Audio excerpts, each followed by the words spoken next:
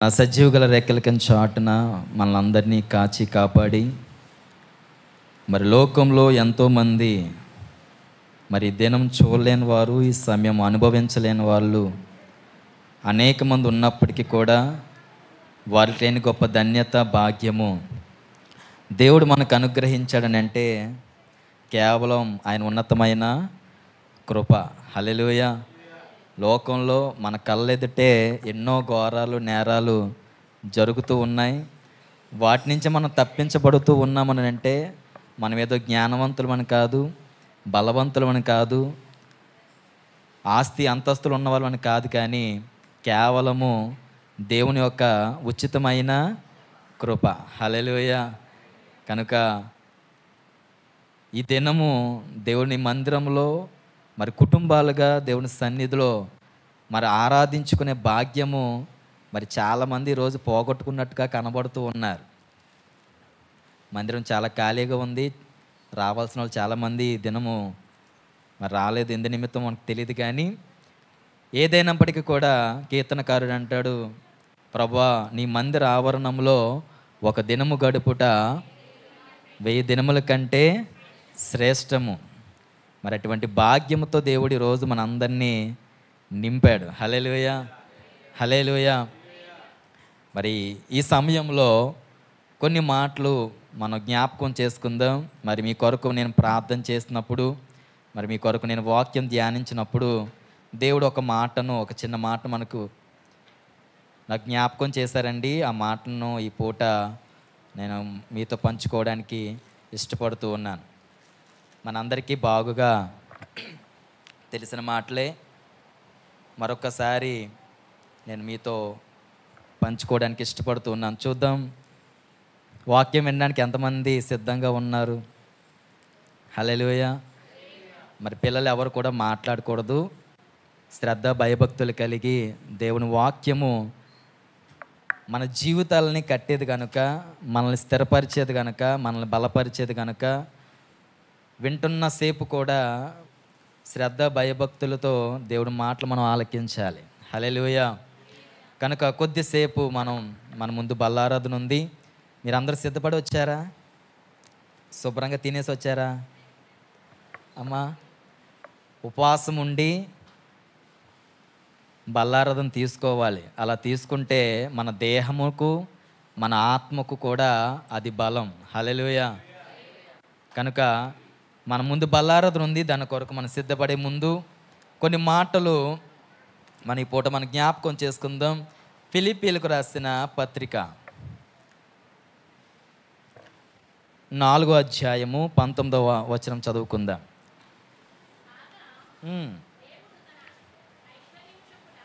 కాగా దేవుడు తన ఐశ్వర్యము చొప్పున క్రీస్తు యేసునందు మహిమలో మీ ప్రతి అవసరమును తీర్చును.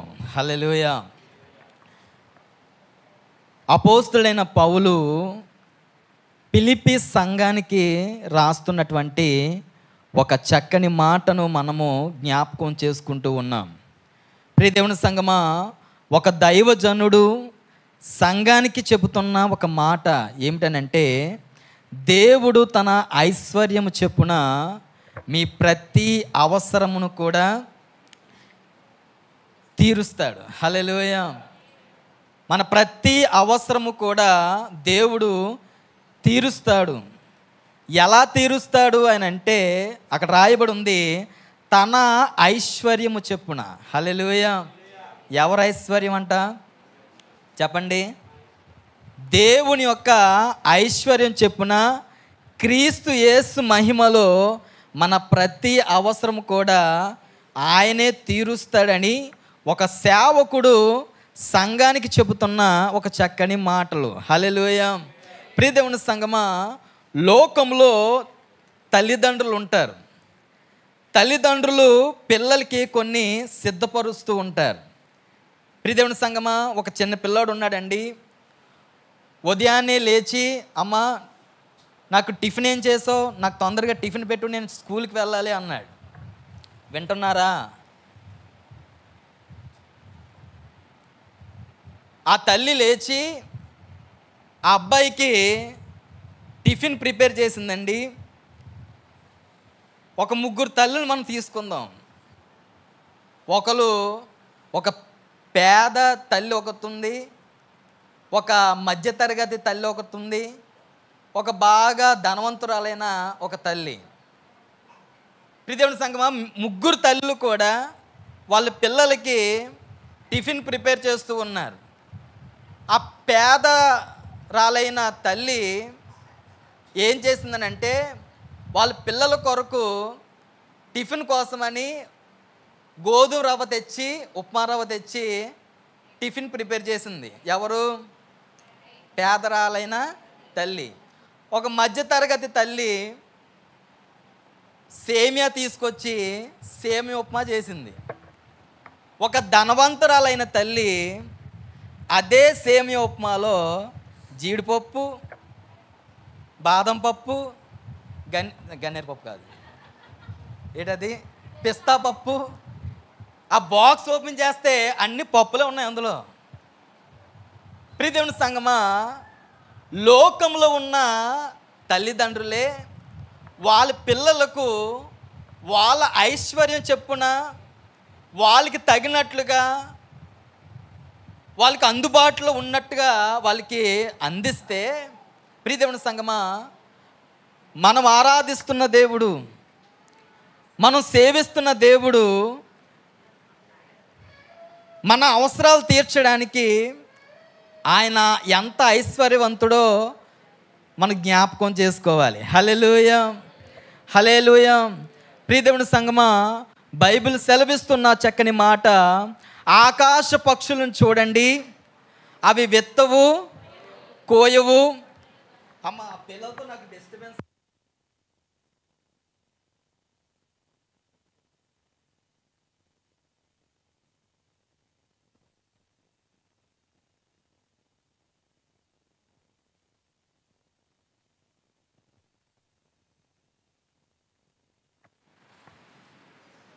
యేసు ప్రభువారే స్వయంగా మాట్లాడుతున్న ఒక మాట ఏమిటనంటే, ఆకాశ పక్షులను చూడండి, అవి విత్తవు, కోయవు, కొట్లలో దాచుకొనవు, కానీ పరలోకపు తండ్రి వాటిని పోషిస్తూ ఉన్నాడు.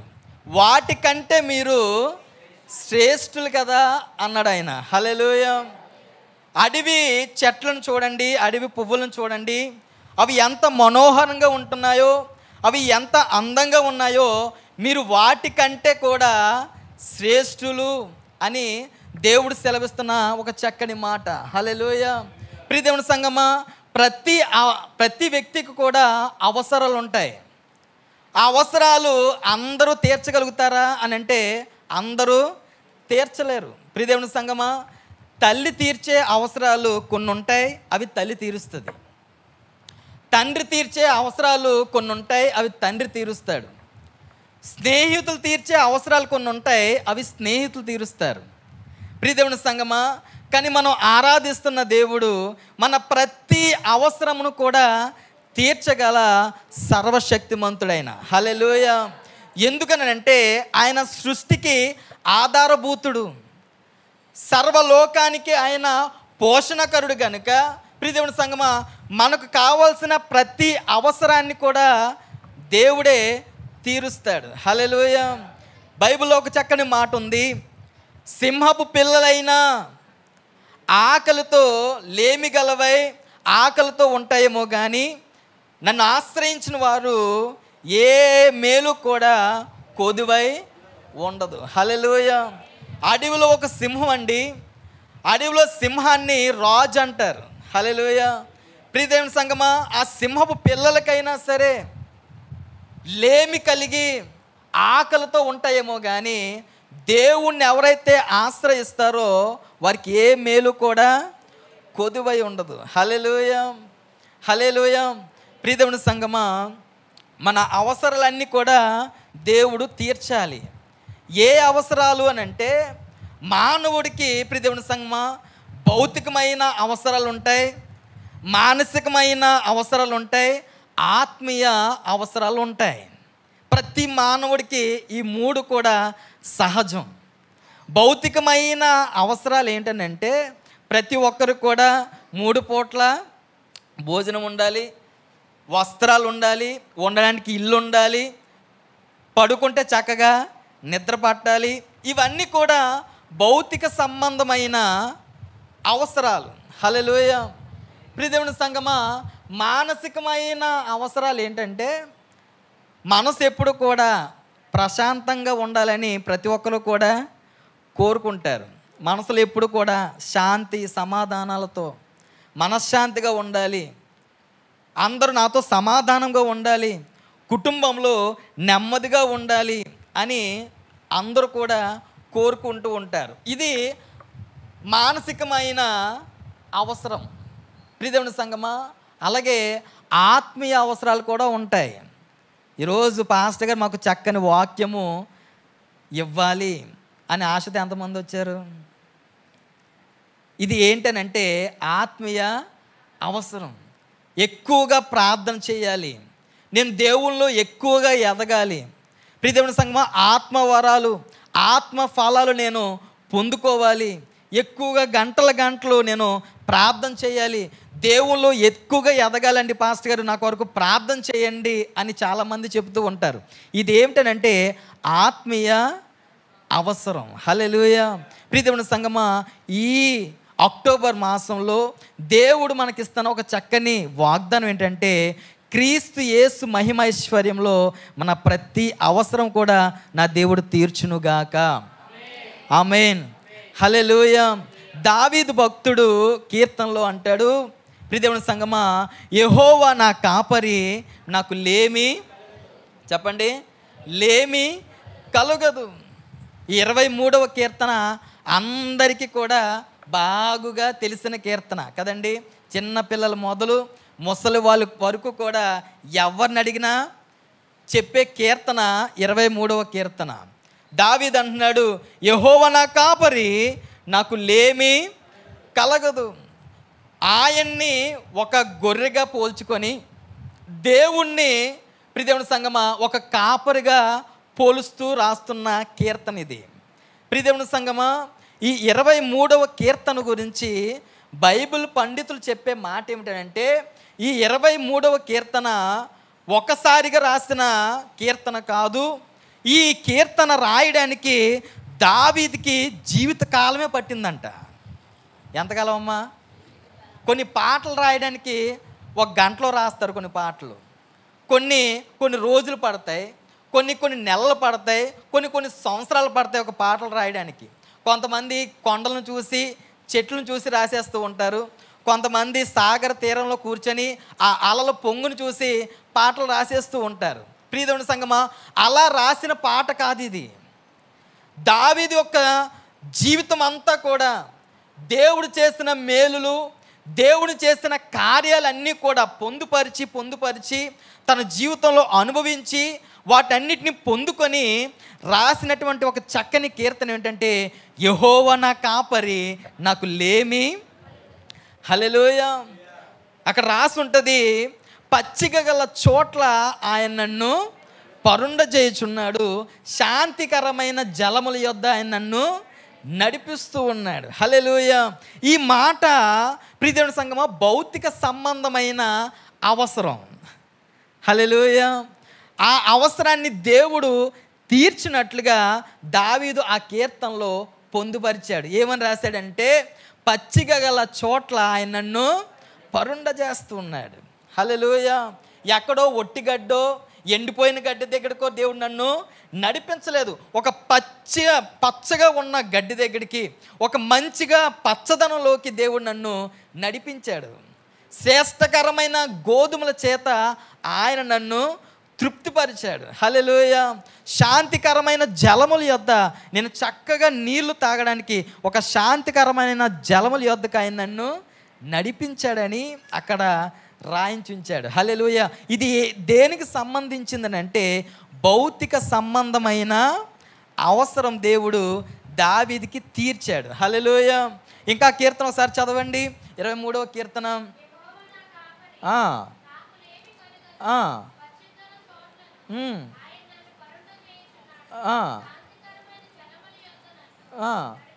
నడిపిస్తూ ఉన్నాడు.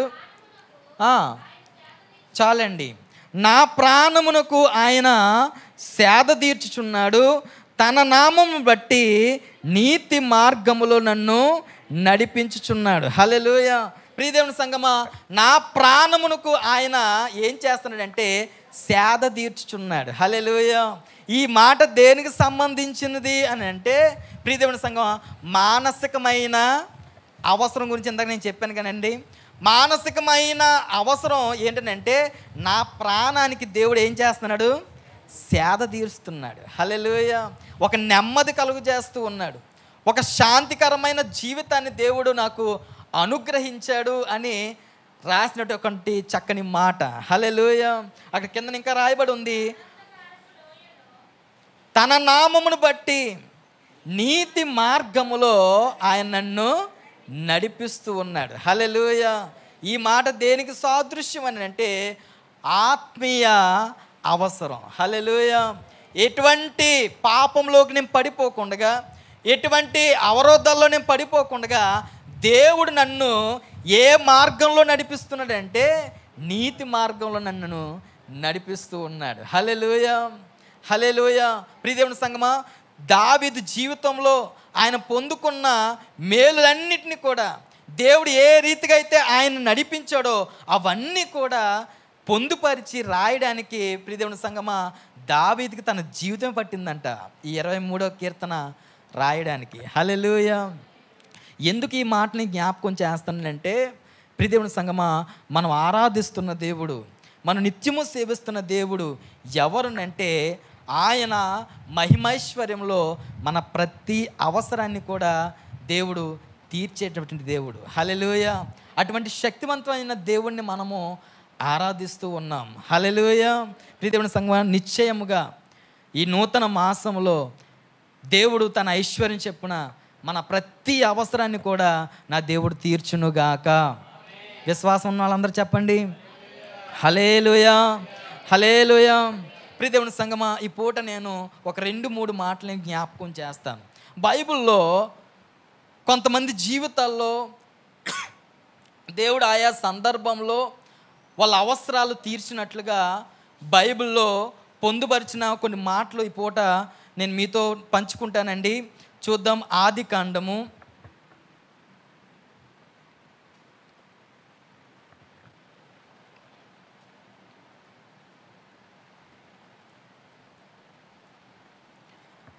22వ అధ్యాయం 7-8 వచనాలు చదువుకుందాం. ఇస్సాకు తన తండ్రి అయిన అబ్రహాముతో నా తండ్రి అని పిలిచెను.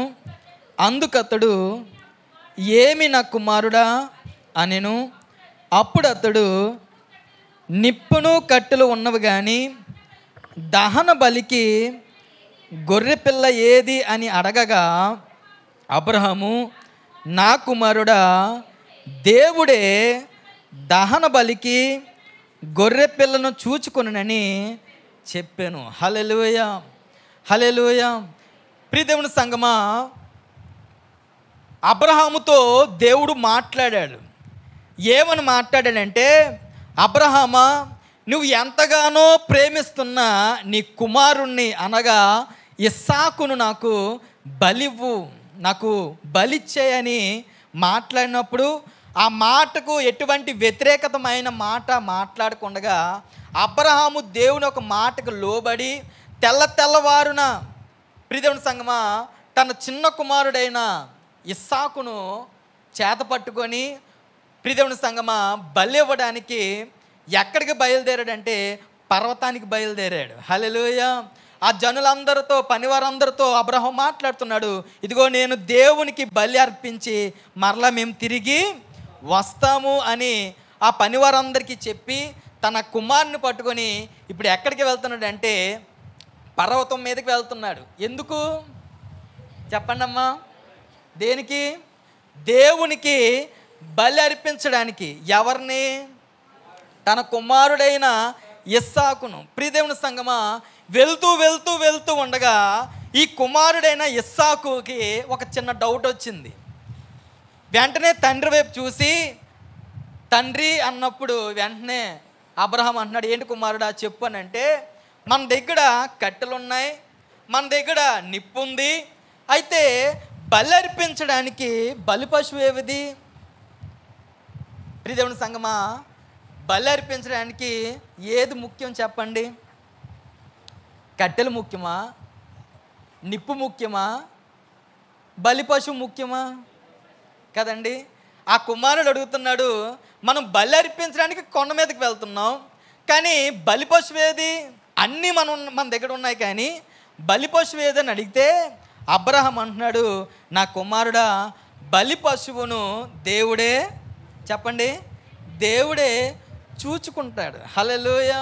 ప్రియదేవుని సంగమా, ఒక విశ్వాసమైన ఒక మాట అబ్రహాము పలుకుతూ ఉన్నాడండి. ఒక విశ్వాసమైన ఒక మాట ఇక్కడ మాట్లాడుతూ ఉన్నాడు అబ్రహాం.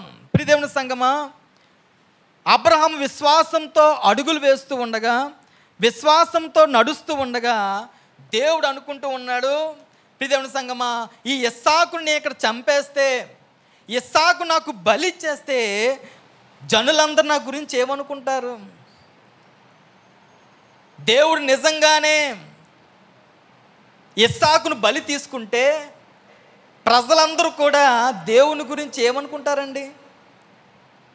బలి ఇవ్వడానికే, చంపేయడానికే అబ్రహాంకి దేవుడు కుమారుణ్ణి ఇచ్చాడా? ఎప్పుడు ఇచ్చాడు కుమారుణ్ణి? 100 ఏళ్లకు. ప్రియదేవుని సంగమా, అబ్రహాముకు 100 ఏళ్లకు కుమారుణ్ణి ఇచ్చాడు.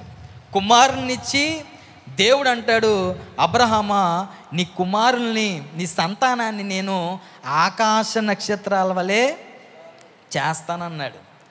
ఇసుక రేణువుల వలె నేను వారిని ఆశీర్వదిస్తానని దేవుడు మాట్లాడాడండి.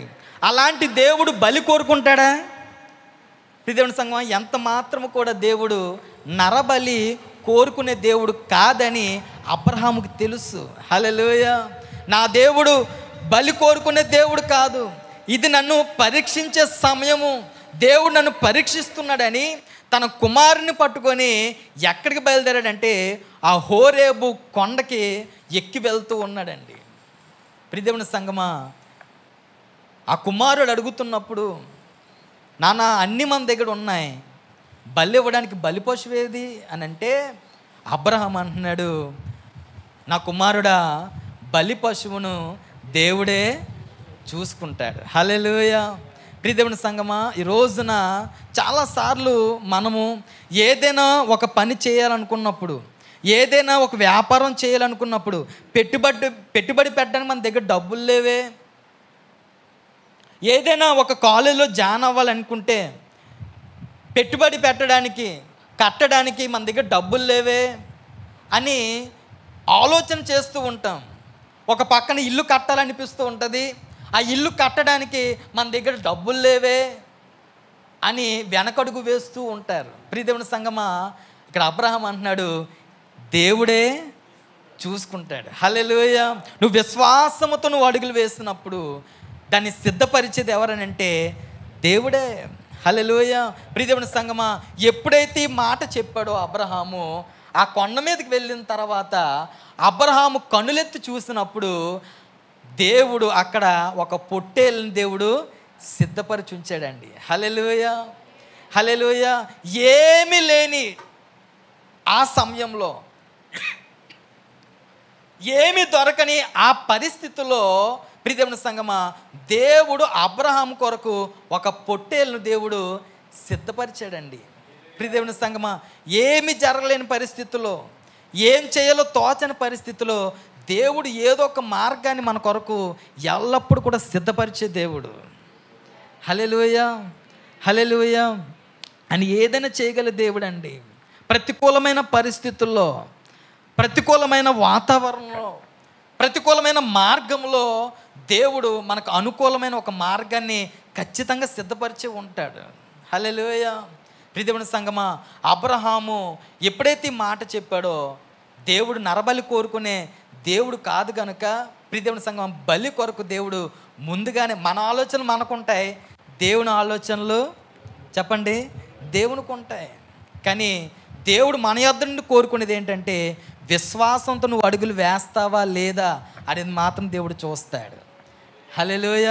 అబ్రహాం విశ్వాసంతో మాట్లాడాడండి, దేవుడే చూసుకుంటాడు అని చెప్పినప్పుడు ప్రియదేవుని ఖచ్చితంగా దేవుడు ముందుగానే సిద్ధపరిచాడు. హల్లెలూయ.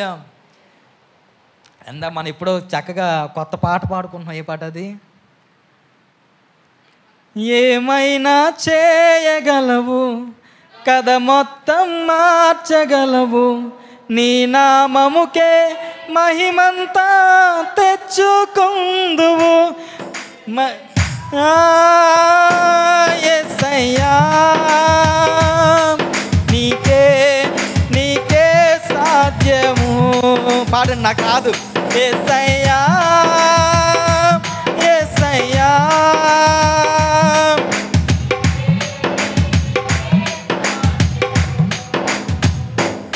ఏమైనా చేయగలవు,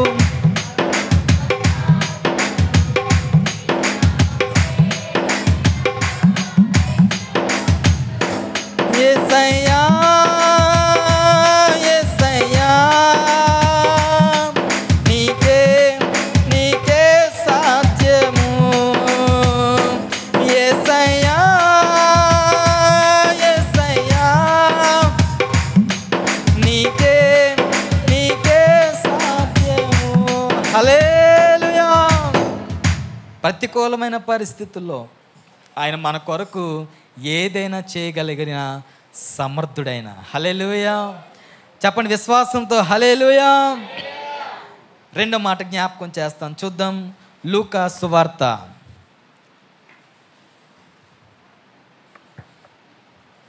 5వ అధ్యాయం 5వ వచనం చదువుకుందాం. లూకా సువార్త 5వ అధ్యాయం 5, 6 వచనాలు చదువుకుందాం. సీమోను ఏలినవాడా, రాత్రంతయు మేము ప్రయాసపడితిమి కానీ మాకేమీ దొరకలేదు, అయినను నీ మాట చెప్పున వలవేత్తునని ఆయనతో చెప్పెను. వారలాగు చేసి విస్తారమైన చేపలు పట్టిరి, అందుచేత వారి వలలు పిగిలిపోవచ్చుండగా. చాలండి ప్రియదేవుని సంగమా, యేసుక్రీస్తు ప్రభువారు శరీరధారిగా ఈ లోకంలో సంచరిస్తున్న దినాలలో ఆయన ఒకసారి సముద్ర తీరాన ఆయన ప్రయాణం చేస్తూ ఉండగా, నడుస్తూ ఉండగా అల్లంత దూరాన ఒక వ్యక్తి దిగులుగా కూర్చొని ఉండడాన్ని దేవుడు చూశాడు. యేసు ప్రభువారు చూసి ఆ వ్యక్తి దగ్గరికి వెళ్ళి ఆ వ్యక్తిని నీ పేరేంటి అని ఆయన్ని అడిగాడు. అప్పుడు ఆ వ్యక్తి చెప్తున్నాడు, అయ్యా నా పేరు సీమోను పేతురు. హల్లెలూయా హల్లెలూయా. ప్రియదేవుని సంగమా, ఎందుకని ఇంత దిగులుగా నువ్వు కూర్చున్నావు, ఏం జరిగింది అని అంటే పేతురు గారు చెప్తున్న మాట, అయ్యా మేము రాత్రంతా కూడా శ్రమ పడ్డాం, రాత్రంతా కూడా మేము చేపల వేటకి వెళ్ళి రాత్రంతా శ్రమ పడ్డాం కానీ మాకు ఒక్క చేప కూడా దొరకలేదు. నా జీవితమే ఒక నష్టకరమైన జీవితం అండి, ఏది తలపెట్టినా ఏది కూడా జరగదయ్యా, రాత్రంతా శ్రమ పడ్డాను కానీ ఒక్క చేప కూడా నాకు పడలేదు ప్రభువా అని మాట్లాడినప్పుడు వెంటనే యేసు ప్రభువారు ఆ సీమోను పేతురు యొక్క పడవెక్కి కొంచెం దూరం ముందుకి వెళ్ళమని చెప్పాడు. వెళ్ళమని చెప్పిన తర్వాత యేసు ప్రభువారు అంటున్నారు, పేతురు ఇప్పుడు ఇక్కడ నీ వల వేయి అన్నాడు. హల్లెలూయా హల్లెలూయా. ప్రియదేవుని సంగమా, ఎప్పుడైతే వల వేశాడో వెంటనే విస్తారమైన చేపలు పడినట్లుగా ఇక్కడ రాయబడి ఉంది. హల్లెలూయా హల్లెలూయా. ప్రియదేవుని సంగమా, సంఘంలో ఇది ఒక గుంపు ఉంటారండి. ఏమిటా గుంపు అని అంటే చాలా కష్టపడుతూ ఉంటారు కానీ, చాలా ప్రయాసపడుతూ ఉంటారు కానీ వారికి ప్రతిఫలం అనేది చాలాసార్లు దొరకదు. ఈ పేతురు ఎలాంటి వాడనంటే రాత్రంతా కూడా కష్టపడ్డాడు. ప్రియదేవుని సంఘం, ఒక సోమరిపోతు కాదు, ఆయన పనికి బద్దకించే వ్యక్తి కాదు. ఆయన కష్టపడేటువంటి వ్యక్తిత్వం కలిగిన వ్యక్తి పేతురు గారు. ప్రియమైన సంగమా, చేపలు పట్టేవారు ఎప్పుడు కూడా రాత్రే చేపలు పడతారు. ఎందుకనంటే రాత్రి చల్లదనానికి చేపలన్నీ కూడా పైకి వచ్చి ఆక్సిజన్ తీసుకోవడానికి ఆ సమయంలోనే ఎక్కువగా చేపలు పడతాయని ప్రియమైన సంగమా చాలామంది వేటగాళ్ళు పెద్ద పెద్ద ఇప్పుడు అంటే మార్నింగ్ వెళ్తుంటారు కానీ చాలా తక్కువ పడుతుంటాయి. నాటు పడవలే వెళ్తాయి మార్నింగ్. కానీ పెద్ద పెద్ద షిప్పులు చూడండి ఎప్పుడు కూడా నైట్ టైమే చేపలు పడతారు వాళ్ళు. ఎందుకనంటే విస్తారమైన చేపలు పట్టే సమయం ఏంటంటే రాత్రి సమయమే. ప్రియదేవుని సంగమా, ఈ పేతురు గారి గురించి నేను ఆలోచన చేశాను. ఏమిటనంటే ఈ పేతురు గారికి ఉన్న వ్యక్తిత్వం ఎలాంటిదంటే నిత్యము కూడా కష్టపడేటువంటి ఒక వ్యక్తి, బద్దకించే వ్యక్తి కాదు, సోమరిపోతు కాదండి. రాత్రంతా కూడా ప్రయాసపడ్డాడు. అంతేకాదు ఆ వృత్తిలో అన్ని మెలకువలు కూడా పేతురు గారికి తెలుసు. వల బాగు చేసుకోవడం తెలుసు, పడవను బాగు చేసుకోవడం తెలుసు, సముద్రంలో చేపలు ఎలా పట్టాలో తెలుసు, ఏ టైంలో వేటకి వెళ్ళాలో ఎలా కష్టపడాలో తెలిసిన వ్యక్తి ఎవరంటే పేతురు గారు. ప్రియదేవుని సంగమా, కష్టపడుతున్నాడు కానీ అతనికి ప్రతిఫలం అనేది లేదు. ఈరోజు సంఘంలో చాలామంది దేవుణ్ణి నమ్ముకున్న వారైనప్పటికీ కూడా అన్ని విషయాల్లో అన్ని తెలిసినప్పటికీ కూడా కొన్నిసార్లు ఎంత ప్రయాసపడినా ప్రతిఫలం అనేది దొరకదండి. పేతురు గారి జీవితం కూడా అలాగే ఉంది. చూడండి, చాలాసార్లు అన్ని విషయాల్లో నేను పాస్ అయిపోతున్నాను, వాళ్ళు అడిగిన ప్రశ్నలు అన్నిటికీ నేను సమాధానం చెప్తున్నాను, ఇంటర్వ్యూకి వెళ్ళినప్పుడు అంతా బాగానే ఉందంటున్నారు, మీకు ఫోన్ చేస్తామంటున్నారు, కానీ ఇంటికి వచ్చిన తర్వాత ఒక నెలైనా 2 నెలలైనా సరే ఫోన్ కోసం ఎదురు చూడటమే తప్పించి దానివల్ల నాకు ఎటువంటి రెస్పాన్స్ కూడా ఉండడం లేదనియా అని చెబుతూ ఉంటారు.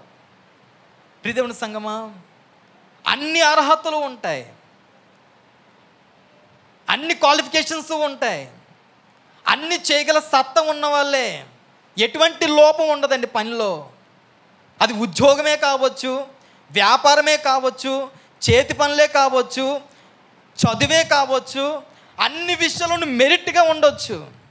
కానీ కొన్నిసార్లు నువ్వు కష్టపడిన కష్టానికి ప్రతిఫలం దొరకకపోవచ్చు. ఎందుకు నా జీవితం ఎంతే, నాకు ఇంకా లక్ అనేది కలిసి రాదేమో, నేను ఏదైతే నేను చేపడతానో అవన్నీ వెనక్కే వెళ్ళిపోతాయేమో.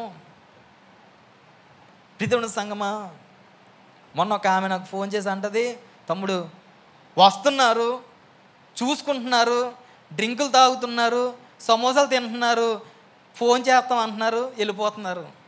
ఇలాగా 3 సంవత్సరాల నుంచి జరుగుతుంది తమ్ముడు. ఎన్ని సంవత్సరాల నుంచి? కానీ రిజల్ట్ అనేది దొరకడం లేదు. ప్రార్థన చేయమన్నది. ప్రియదేవుని సంగమా, చాలామంది జీవితాలు ఇలాగే నడిపించబడుతూ ఉన్నాయండి.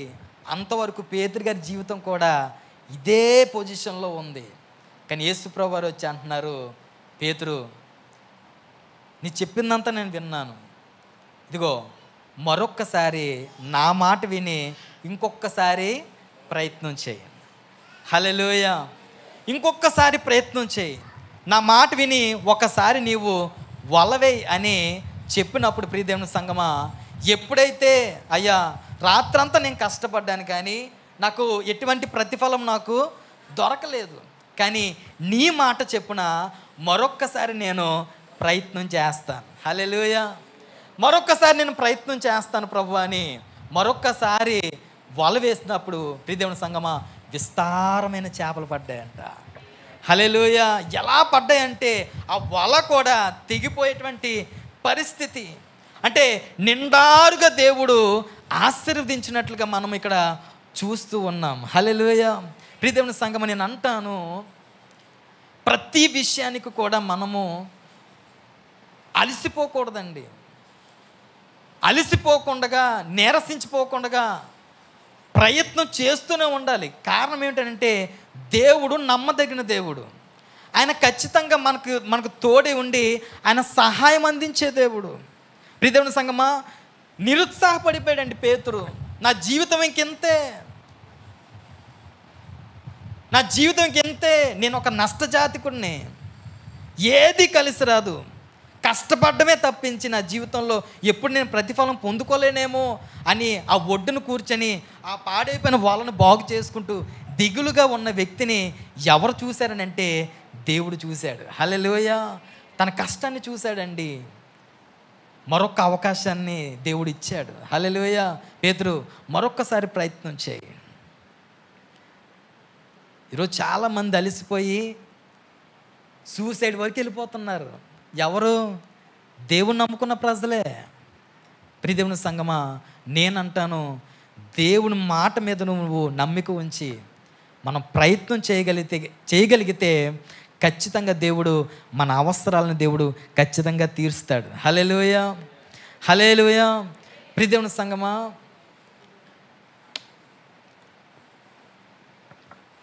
బైబిల్లో ఒక సందర్భాన్ని మీకు జ్ఞాపకం చేయాలంటే, లాజర్ని మనం జ్ఞాపకం చేసుకుంటే, లాజరు మరణకరమైన స్థితిలో ఉన్నాడండి. లాజరు అక్క చెల్లెలిద్దరూ కూడా ఎప్పుడైతే లాజరు మరణకరమైన స్థితిలో ఉన్నాడో వెంటనే యేసు ప్రభు వారికి కబురంపారు. బాబు, యేసు బాబు, నువ్వు ఎంతగానో ప్రేమిస్తున్న లాజరు ఇక్కడ మరణకరమైన రోగంతో ఉన్నాడు, మరణకరమైన స్థితిలో ఉన్నాడు, నువ్వు వెంటనే వచ్చి ఇతన్ని స్వస్థపరచు అని యేసు ప్రభు వారికి కబురు పంపితే, యేసు ప్రభు రావాలనుకుంటే ఒక అరగంటలో రావచ్చు, కానీ యేసు ప్రభు వారు రాలేదు, ఆలస్యం జరిగింది. 3 రోజుల తర్వాత వచ్చాడు ఆయన. వచ్చినప్పటికీ ఈ లాజరు చనిపోయాడు. చనిపోయిన తర్వాత అతన్ని పాతి పెట్టేయడం, సమాధులు పెట్టేయడం అన్నీ జరిగిపోయాయి. అప్పుడు వచ్చాడు యేసు ప్రభు వారు. అప్పుడు వస్తుంటే మార్త అంటది, బాబు, నువ్వు ఎంతగానో ప్రేమించే లాజరు చనిపోయాడు, మేము చాలా ప్రయత్నం చేసాం, సమయానికి నీకు కబురు అందించాం, కానీ నువ్వు రావడం లేట్ అయింది. మరి నువ్వు ఏ పనిలో ఉన్నావో, నువ్వు ఎందుకు రాలేదో మాకు తెలియదు, కానీ జరిగిందంతా జరిగిపోయిందయ్యా, ఇంకా చేసేది ఏమీ లేదు, మేము ఏడవడమే తప్పించి ఇంకా జరిగేది ఏమీ లేదు అని వాళ్ళు మాట్లాడుతున్నారు. ప్రియదేవుని సంగమా, యేసు ప్రభు వారు అంటారు, పిచ్చిదానిలాగా నువ్వు మాట్లాడుకో, పద, ఎక్కడున్నాడో లాజరు చూపించు. ప్రియదేవుని సంగమా, లాజర్ దగ్గరికి వెళ్ళి ఆ మరణ స్థితిలో మరణించిన లాజర్ దగ్గరికి వెళ్ళి, ప్రియదేవుని సంగమా, దేవుడు ప్రార్థన చేయగానే లాజరు తిరిగి బ్రతికాడు. హల్లెలూయా, హల్లెలూయా. మరణ స్థితిలో ఉన్నప్పుడు, మరణకరమైన పరిస్థితుల్లో సమాధిలో పెట్టబడిన లాజరు దేవుడు ఎప్పుడైతే వచ్చి ప్రార్థన చేశాడో, ప్రియదేవుని సంఘం, గొప్ప కార్యం అక్కడ జరిగిందండి. అంతవరకు 3 రోజుల నుంచి ఏడుస్తూ ఉన్నారు. ఇంకా జరగదేమో, యేసు ప్రభు రాలేదు కదా, వచ్చుంటే లాజరు స్వస్థపడినేమో అని అనుకున్నారు. కానీ ప్రియదేవుని సంగమా, దేవుడు వచ్చిన తర్వాత, యేసు ప్రభు వచ్చిన తర్వాత దానికంటే గొప్ప కార్యాన్ని దేవుడు జరిగించాడు. హల్లెలూయా. కొన్నిసార్లు ఆలస్యం జరగవచ్చండి. నువ్వు అనుకున్నంతనే అయిపోవడానికి కొన్నిసార్లు ఆటంకం అవ్వచ్చు. కానీ దేవుడిచ్చే ఆశీర్వాదం ఎలా ఉంటుందంటే, ప్రియదేవుని సంగమా, యెరూషలేములోకి దేవుడు అడుగుపెట్టిన తర్వాత అందరూ చాలామంది యేసుప్రభు వారిని చూడడానికి వస్తే చాలామంది అంట లాజర్ని చూడడానికి కూడా వచ్చారంట. హల్లెలూయా. అంటే యేసుప్రభు వారు బ్రతికించిన వ్యక్తి ఎత్తడే ఎలాగున్నాడో, ఆ మరణకరమైన ఆ మృతుని నుంచి దేవుడు సజీవుడిగా లేపాడు కదా, నిజమా కాదా చూడడానికి యేసు ప్రభుని చూడడం కంటే ఎక్కువగా లాజర్ని చూడడానికి వచ్చారంట. హల్లెలూయా. ప్రియదేవుని సంగమా, రేపు పొద్దున్న నీవు కూడా నీ జీవితంలో కూడా దేవుడు అటువంటి కార్యాన్ని చేయగల సమర్థుడైన. హల్లెలూయా, హల్లెలూయా. ఇప్పుడు ఒక ఆటంకం పరచవచ్చు, కొన్నిసార్లు ల్యాగ్ అవ్వచ్చు, ఆలస్యం అవ్వచ్చు, కానీ దేవుడు ఖచ్చితంగా నీ జీవితంలో గొప్ప కార్యం చేస్తాడండి. హల్లెలూయా, హల్లెలూయా. ప్రియదేవుని సంగమా, ఎప్పుడు జరుగుతుందని అంటే దేవుని మాట మీద మనము ఆశ పెట్టుకున్నప్పుడు, నమ్మిక ఉంచినప్పుడు. హల్లెలూయా. పేతురు విన్నాడండి దేవుని మాట, ఆలకించాడు, విశ్వాసం ఉంచి మరొక్కసారి ప్రయత్నం చేశాడు. దేవుని సంగమా, విస్తారంగా దేవుడు ఆశీర్వదించినట్లుగా మనము చూస్తూ ఉన్నాం. హల్లెలూయా. దేవుని సంగమా, మూడో మాట జ్ఞాపకం చేస్తాం, చూద్దాం.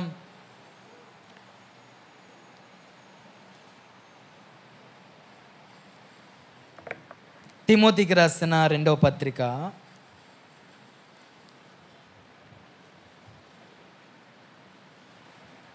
4వ అధ్యాయం 16-17 వచనాలు చదువుకుందాం. నేను మొదట సమాధానం చెప్పినప్పుడు ఎవడునూ నా పక్షం నిలవలేదు. అందరూ నన్ను విడిచిపోయిరి. ఇది వారికి నేరముగా ఎంచబడకుండును గాక. అయితే నా ద్వారా సువార్త పూర్ణముగా ప్రకటింపబడి నిమిత్తమును అన్యజనులందరూ దాన్ని విను నిమిత్తము ప్రభువు నా పక్కన నిలిచి నన్ను బలపరిచెను గనుక నేను సింహము నోటి నుండి తప్పింపబడి తిని. హల్లెలూయా. అపోస్తులైన పౌలు తన ప్రియ కుమారుడైన తిమోతికి రాస్తున్న చక్కని మాట ఏమిటంటే, నన్ను అందరూ కూడా విడిచి వెళ్ళిపోయారు.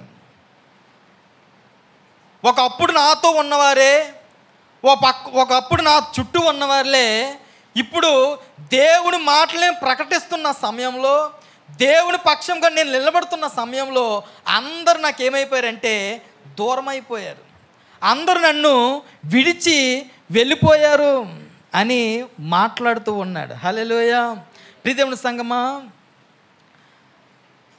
మనిషికి తోడు అనేది అవసరం. ఎంతమంది నమ్ముతారు అమ్మా? మనిషికి తోడు అనేది అవసరం. దేవుడు అంటాడు, నరుడు ఒంటరిగా ఉండుట మంచిది కాదని దేవుడు ఏం చేశాడంటే సాటైన సహాయాన్ని అందించాడు. హల్లెలూయా. ప్రియదేవుని సంగమా, సాక్షాత్తు యేసు ప్రభు వారు కూడా ఈ లోకంలో సువార్త చేస్తున్న దినాల్లో ఒక్కడే చేయొచ్చు కదా. ఆయన దేవుడు కదా, ఆయన ఒక్కడే సువార్త ప్రకటించవచ్చు కదా. కానీ ఒక్కడే చేయలేదండి. ఎంతమందిని ఏర్పాటు చేసుకున్నాడు చెప్పండి? 12 మందిని దేవుడు ఏర్పాటు చేసుకున్నాడు. ఈ 12 మంది కూడా వేరే వేరే ప్రాంతాల్లో దేవుడు వారిని సువార్తికులుగా పంపించినప్పుడు ఒక్కొక్కరిని పంపించాడా చెప్పండి? ఎంతమందిని పంపించాడు? 2. హల్లెలూయా. ఒక మనిషికి ఒక మనిషి తోడు అనేది అవసరం. ప్రియదేవుని సంగమా, మోషే చాలా పరాక్రమ కలిగిన వాడు, యుద్ధ శూరుడు. అటువంటి పరాక్రమం కలిగిన మోషే పర్వతం మీద నుండి చేతులు పైకెత్తి ప్రార్థన చేస్తున్నప్పుడు ఒక శరీరధారి అయిన మోషే, ఎంతైనా శరీరానికి అలసట వస్తుంది కదండి. ఎంత యుద్ధ ప్రావీణుడైనా సరే శరీరం అనేది కొన్నిసార్లు బలహీనమవుతూ ఉంటుంది. చేతులు ఎత్తి ప్రార్థన చేస్తున్నప్పుడు వాళ్ళు శత్రువుల మీద విజయాన్ని పొందుకుంటూ ఉన్నారు. చేతులు ఎప్పుడైతే దించేస్తున్నాడో అపజయం వచ్చేస్తూ ఉంది. ప్రియదేవుని సంగమా, ఆ మోషేకు కూడా 2 అవసరం అయ్యారా లేదా? హల్లెలూయా. ప్రియదేవుని సంగమా, ఒక మనిషికి ఒక మనిషి అవసరం. ప్రియదేవుని సంగమా, కానీ ఇప్పుడున్న రోజులు ఎలాగ అయిపోయాయంటే, చిరకాలము నీతో ఉంటాను అని చెప్పి వాగ్దానం చేసి పెళ్లి చేసుకుంటున్న భార్య భర్తలే చిరకాలం ఉంటున్నారండి. ఉంటున్నారా? ప్రతికూలమైన పరిస్థితులు వచ్చేటప్పటికి భర్త ప్రేమను మరిచి భార్య ప్రేమను మరిచి వెళ్ళిపోతున్న వాళ్ళు ఎంతమంది లేరు సమాజంలో? చిరకాలం నీతోనే ఉంటానని చెప్పే స్నేహితులు కావచ్చు, బంధువులే కావచ్చు, తల్లిదండ్రులే కావచ్చు, భార్య భర్తలే కావచ్చు, ఎవరైనా సరే ప్రియదేవుని సంఘం ఒకానొక సమయానికి విడిచి వెళ్ళిపోతున్న రోజులు ఇవి. ఇలాంటి సందర్భాలు ఎన్నో చూస్తూ ఉన్నాం. మనల్ని విడిచి వెళ్ళిపోతే మనం ఏం చేస్తాం చెప్పండి అమ్మా? ఆరోగ్యం ఉన్నంతసేపు, నీ దగ్గర బలం ఉన్నంతసేపు, నీ దగ్గర ఆరోగ్యం ఉన్నంతసేపు, నీ దగ్గర ధనం ఉన్నంతసేపు నీ చుట్టూ ఉండొచ్చు, నీ భజనే చేయొచ్చు, నీ పక్కన ఉండొచ్చు. కానీ ప్రతికూలమైన పరిస్థితుల్లో నువ్వు ఉండేటప్పుడు విడిచి వెళ్ళిపోయే వారు ఎంతమంది లేరు? హల్లెలూయా. ఈరోజు చాలామంది అండి. అలాగే పౌలు విషయంలో కూడా జరిగింది. వీళ్ళు నాతోనే ఉంటారు అనుకున్నాడు ఆయన, కానీ ఒకానొక సమయం వచ్చేటప్పటికి వాళ్ళందరూ కూడా ఏం చేశారంటే విడిచి వెళ్ళిపోయారండి. కానీ అలాంటి సమయంలో ప్రియదేవుని సంగమా, దేవుడు ఆయన ప్రక్కనే నిలబడి ఆయన్ని బలపరిచాడు. హల్లెలూయా, హల్లెలూయా. ప్రియదేవుని సంగమా, నాతో ఎవరు లేరే, నన్ను బలపరిచేవాళ్ళు, నాతో ప్రేమగా మాట్లాడేవారు, నన్ను ఓదార్చేవాళ్ళు కొన్ని సమయాలు మన చుట్టూ ఉండకపోవచ్చండి. వీలైనా అండ, వీలైనా కొండ అనుకునే సమయాల్లో కొంతమంది కొన్నిసార్లు మనం విడిచిపోయి వెళ్ళిపోవచ్చు. కానీ నిత్యము మన పక్కుండి మనం బలపరిచేది ఎవరంటే మనం ఆరాధిస్తున్న దేవుడు మాత్రమే. హల్లెలూయా, హల్లెలూయా. ఆయన పక్కనే ఉండి ఆయనని బలపరిచే దేవుడు. అందుకని ఒక భక్తుడు ఒక పాట రాశాడు. అందరూ నన్ను విడచినా నీవు నన్ను విడువనంటివే, ఈ లోకము నన్ను విడచినా నీవు నన్ను విడువనంటివే, నా కొండయు నీవే, నా కోటయు నీవే, నా కొండ కోట నీవే యేసయ్యా. అందరూ నా కొండయు నీవే, నా కోటయు నీవే, నా కొండ కోట నీవే యేసయ్యా. అందరూ నన్ను విడచినా నీవు నన్ను విడువనంటివే, ఈ లోకము నన్ను విడచినా నీవు నన్ను విడువనంటివే. హల్లెలూయా.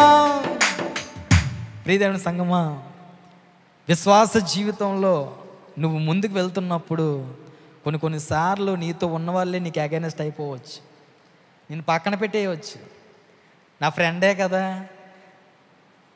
నా బంధువే కదా, నా వాళ్ళే కదా, నా రక్త సంబంధులే కదా అనుకోవచ్చు.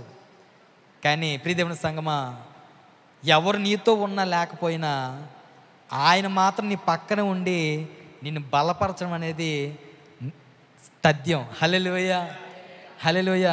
వెన్నంటే నీ పక్కనే ఉండి ఎవరు నిన్ను బలపరిచినా బలపరచకపోయినా, ఎవరు నీ తోడున్నా లేకపోయినా నిత్యము ఆయన నీ పక్కన ఉండి ఆయన మనల్ని బలపరచునుగాక. ఆమేన్. ఈ కొద్ది మాటలు దేవుడు మన వెనుకలో దీవించునుగాక.